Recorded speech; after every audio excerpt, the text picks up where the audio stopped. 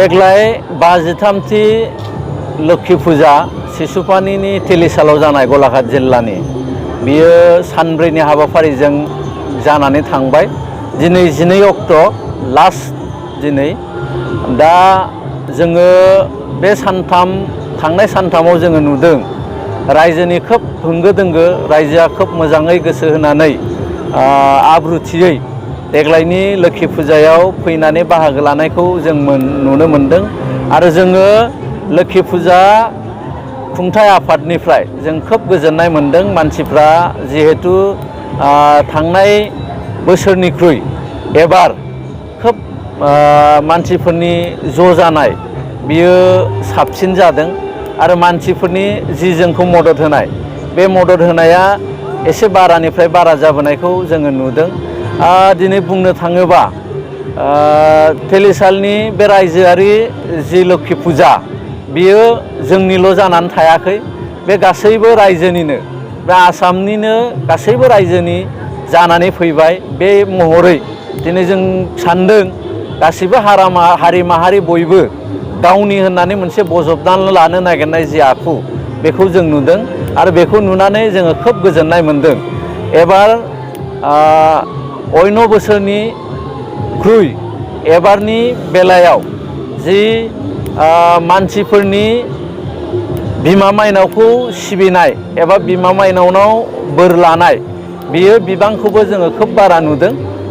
जोङो मथा मथि देग्लायनि जि रायजोफोरनि मददथि बेखौ लानानै गोजोनदों। जोङो नायदों जिहेतु रायजोफ्रा रायजोनि होननानै जोंनि नैबे फुजाखौ गनायनानै लादों।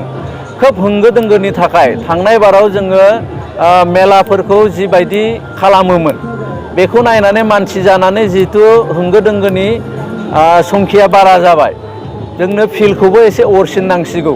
बिनि थाखायनो जों एबार मोनसे मेजारखौ लादों जे बे फुजाखौ एसे खाथि खाला फिल्डखौ जिखिनिया बाहायजायै जायगा दङ बेफोरखौ थिग थाक खालामनानै फैनाय बोसोराव बेसिमहालागै फुवारनो हायो नामा बेनि मोनसे मिजिं जों लादों, बेखौ खालामनो नागिरदों। बेनिफ्राय जोंहा मोनसे कमिटिनि आसा जे तेलिशालाव थानाय नैबे जि फुजाथिलि लोक्षि मन्दिर, हाबदान जि लोक्षि मन्दिर, बे लोक्षि मन्दिरखौ आबुङै लुफुंनानै बेयाव मोनसे पार्मानेन्ट लोक्षिनि मुसुखा फज'नानै पार्मानेन्ट लोक्षि मन्दिर जि गायसननाय बे गायसननायनि हाबाफारि फारसे सिगांनो होननानै